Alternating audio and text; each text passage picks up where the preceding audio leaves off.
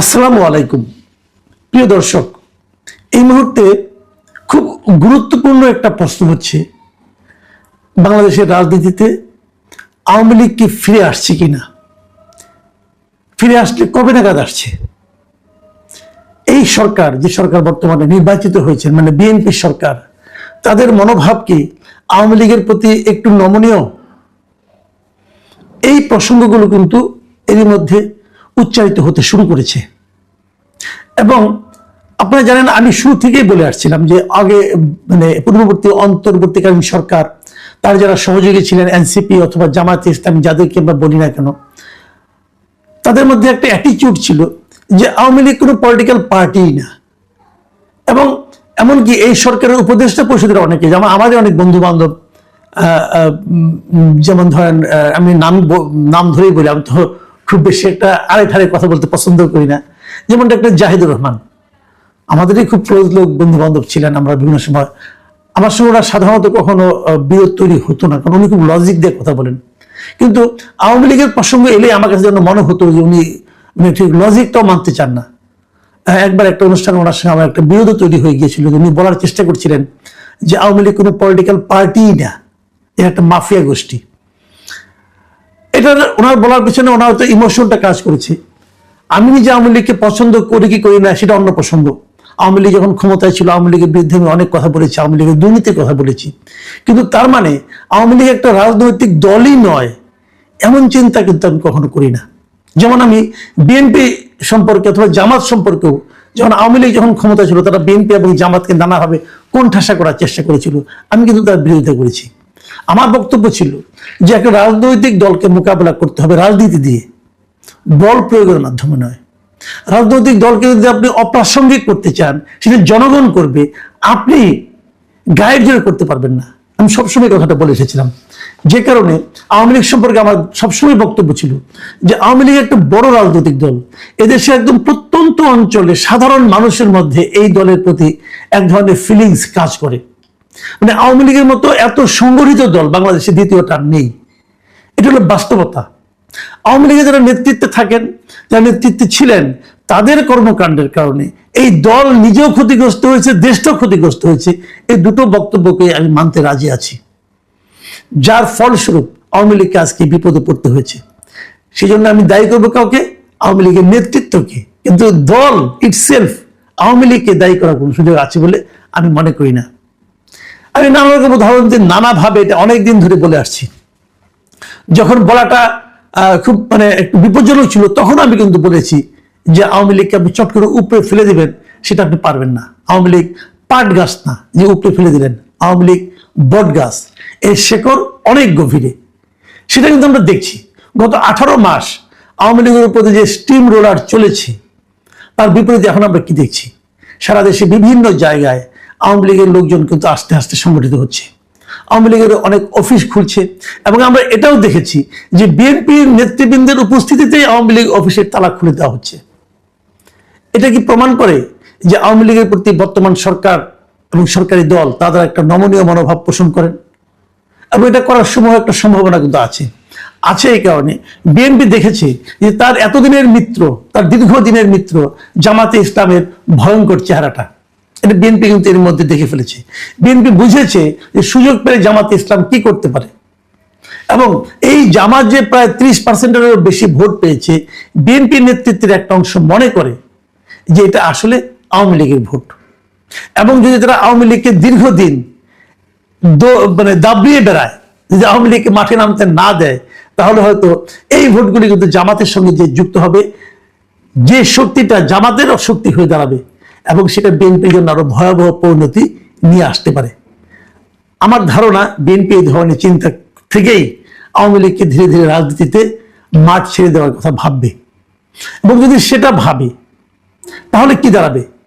আমি হাইপোথেটিক্যালি একটা কথা বলি, ধরেন আপনি আগামী নির্বাচনে যদি আওয়ামী লীগ মাঠে থাকে, যদি বিএনপিও মাঠে থাকে, যদি জামাতও মাঠে থাকে, সবাই যার যার পূর্ণ শক্তি নিয়ে থাকে, আমার ধারণা জামাতের ভোট আবার তার আগের ওই 2 অঙ্কের নিচে নেমে যাবে, মানে 7-8-9% চলে যাবে।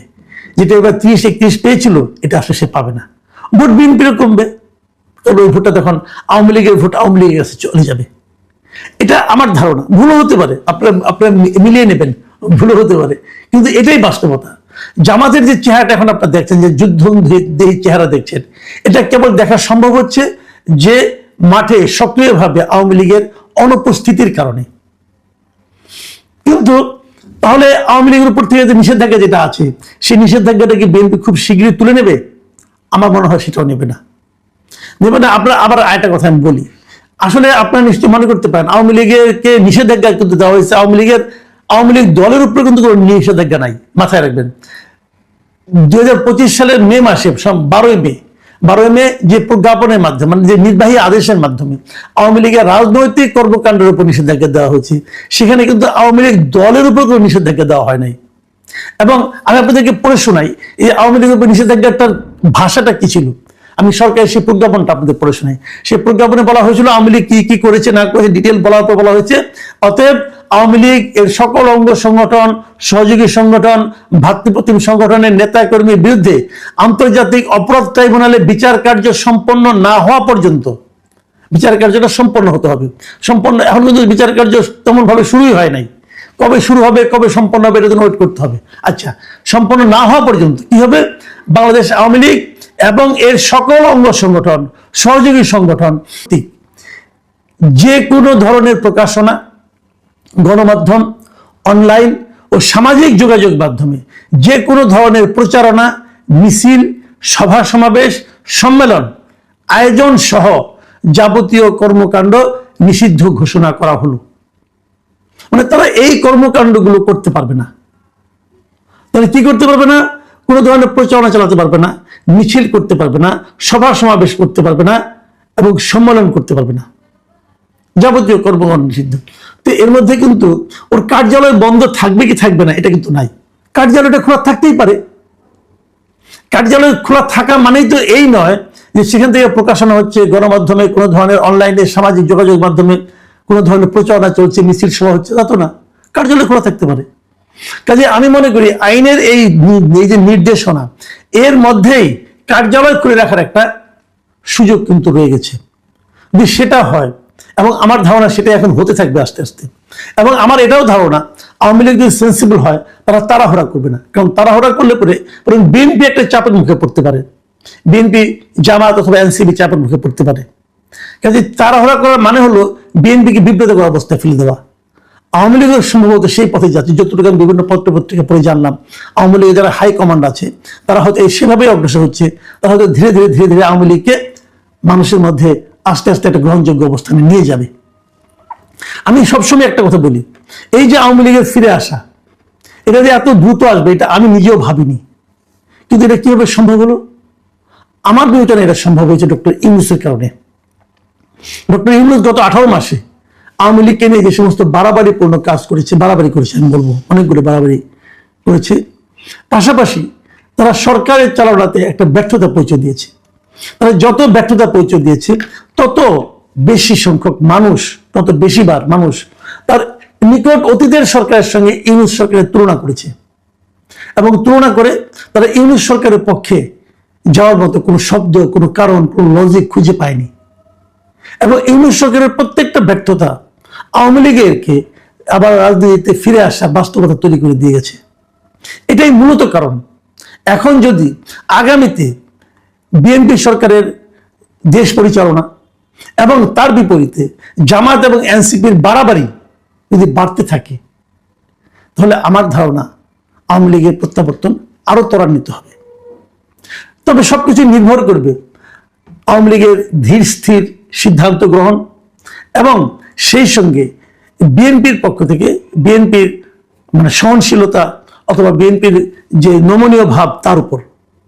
বিএনপির জন্য এটা একটা বড় পলিটিক্স হবে। বিএনপি কি করবে, তার রাজনৈতিক সিদ্ধান্তটা সেটা তারা কি নিবে, এটা কিন্তু একটা গুরুত্বপূর্ণ বিষয় সামনে আমার মনে হয় হবে। কারণ আমি দেখেছি বিএনপি উপদেষ্টা মণ্ডলীর মধ্যে অনেকে আছেন যারা নাকি আওয়ামী লীগ, ঘোর আওয়ামী লীগ বিরোধী। তারা যদি সক্রিয় থাকেন, তারা যদি পাওয়ারফুল হয়ে যান, তাহলে হয়তো আওয়ামী লীগের ফিরে আসাটা স্মুথ হবে না।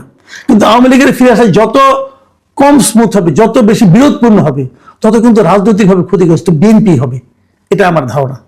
আমার ধারণা যে এই দেশের সমস্ত রাজনৈতিক দলের একটা সহাবস্থান থাকুক, যদি থাকে তাহলে সেটা সবার জন্য ভালো হবে। তখন কে টিকবে কে টিকবে না সেটা জনগণের ইচ্ছার উপর নির্ভর করবে। এবং এই যে টিকে থাকা না থাকা, ক্ষমতায় যাওয়া না যাওয়া, রাজনীতি থেকে বিদায় হয়ে যাওয়া না যাওয়া, এই বিষয়টা যখন আপনি সম্পূর্ণভাবে জনগণের উপর ছেড়ে দিবেন, আপনি কেবল তখনই আশা করতে পারবেন যে দেশে একটা গণতান্ত্রিক পরিবেশ বিরাজ করছে।